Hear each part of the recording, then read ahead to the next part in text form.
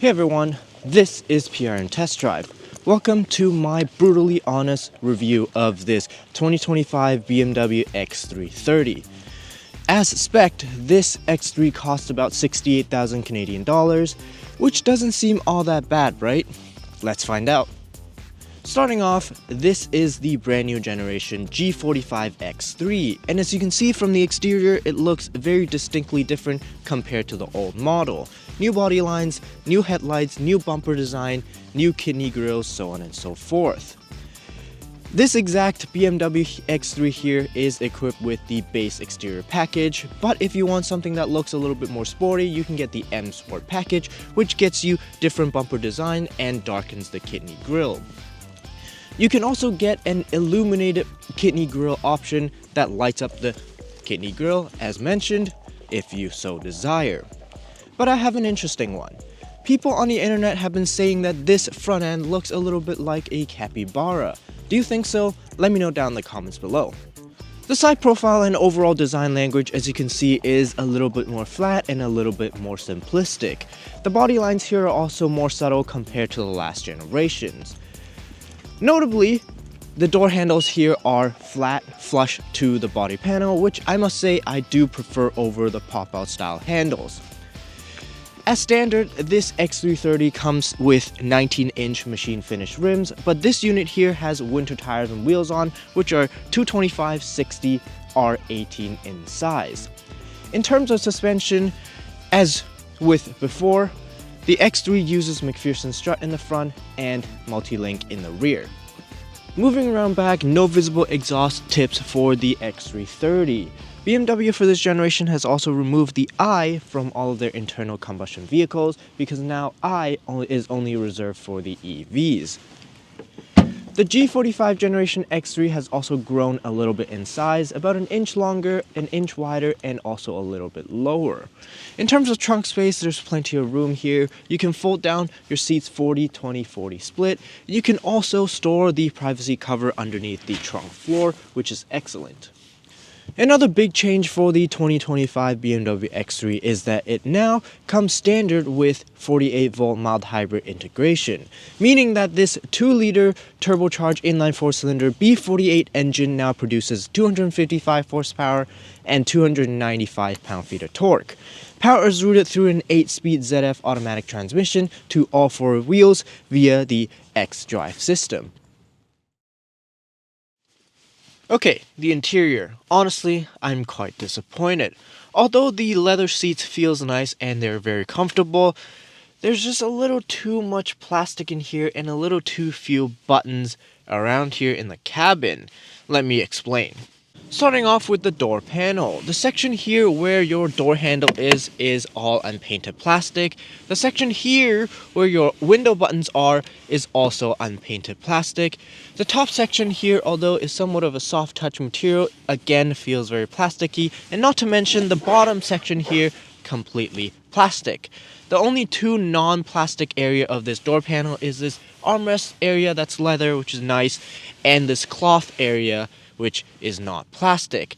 Now, I don't mind the new design language of this door panel. I actually quite like it, but at least BMW could have painted these plastic. Then moving over to the center here. This X3 is equipped with the open pore magnolia wood trim, which costs $250. But that actually only translates to this small section over here. So something to note. In the back here, again, just feels a little bit too plasticky. The center air vent here looks really weird, really funky. It kind of looks like a face, which is quite interesting design.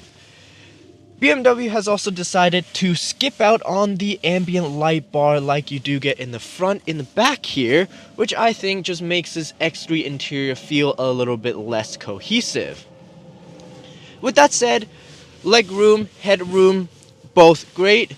Plenty of space here. I am quite comfortable back here. You cannot unfortunately recline the seats, and there is a big central transmission tunnel in the middle here.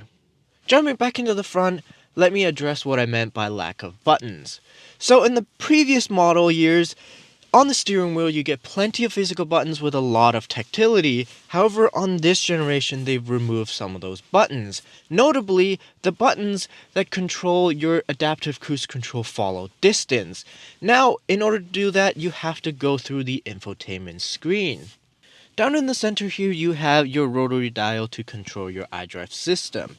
Now, although this glass control layout look very nice, they're actually haptic touch buttons, which means that if you have more than one finger resting on any of these buttons, the system won't accurately recognize any of your presses.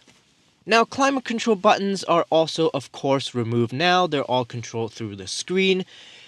But on the light bar here, you have this touch slider that controls opening and closing of your vents, which in my opinion would be more useful if they change these two sliders into fan speed control and temperature control. With the reduction of physical buttons, it just ends up taking more of your attention off of the road and more steps to get to what you want to control. However, with the iDrive 9 system, there's one big silver lining. The voice control assistant actually allows you to control most of the things you want, including, of course, changing the temperature, changing the fan speed, but also changing the drive modes and changing the adaptive cruise control follow distance. Now, it's not all that organic yet, and it does take a little bit of time to learn all the commands, but at least it's there.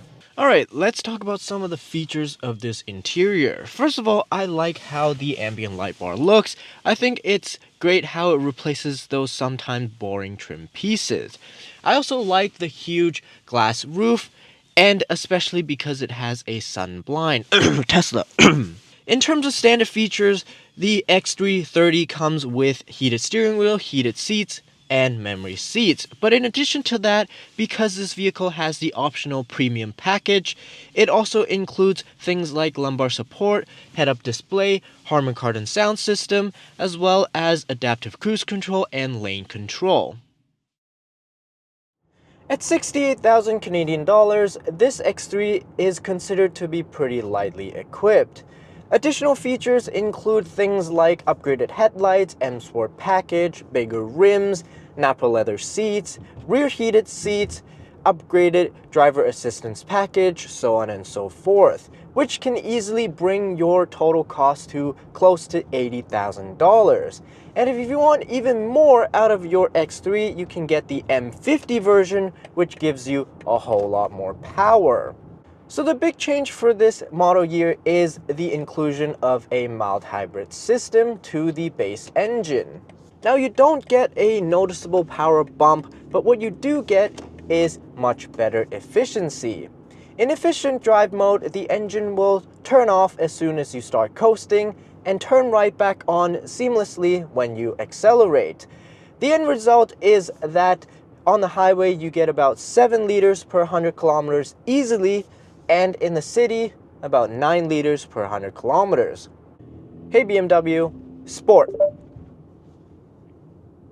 Mode switch to Sport.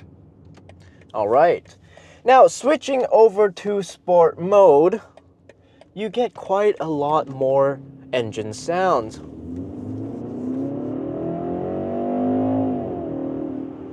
And that's thanks to the BMW iconic sounds. Power is good enough with a 0 to 100 kilometers hour time of 6.3 seconds, which I think is more than adequate for day-to-day use.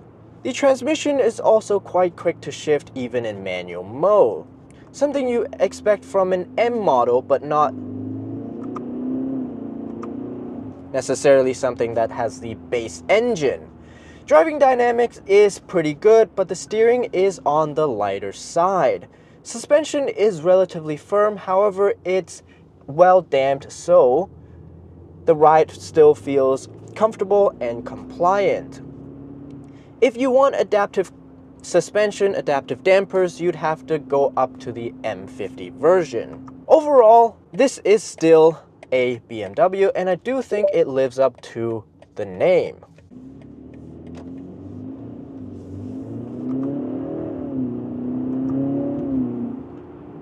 Honestly, it's not bad for a base model X3. As far as safety system goes, BMW breaks it up into essentially 3 tiers. The base tier includes emergency braking, blind spot warning, lane departure, and rear cross traffic alert, which these features come standard. The next tier up is adaptive cruise control, lane centering, 360 camera, so on and so forth, which comes with the premium pack. The top tier is BMW's professional line of driving assistant, which gives you highway lane change assist as well as hands-free driving on the highway when there's traffic. It also gives you evasive safety systems on top of that. This X3 has the mid-tier package, which means that there is adaptive cruise control. One thing I noticed is that the lane tracking is very hit or miss if you're driving into the sunset or towards the sun. But other than that, the adaptive cruise control and lane keep assist works great. So what do you guys think? How does this G45 generation X3 compare to its predecessor? Would you take this over the GLC? In my honest opinion, I think that BMW has made great improvements to the engineering department for this X3. The interior also looks much more modern, which is great. However, there's just a little bit too much plastic, making it feel significantly less premium compared to the last model. But if you're okay with that and you like the technological advancements of the big screen, curved display, things like that, then this might be a good option for you. Anyway, thank you for watching. Don't forget to like and subscribe, and we'll see you in the next one.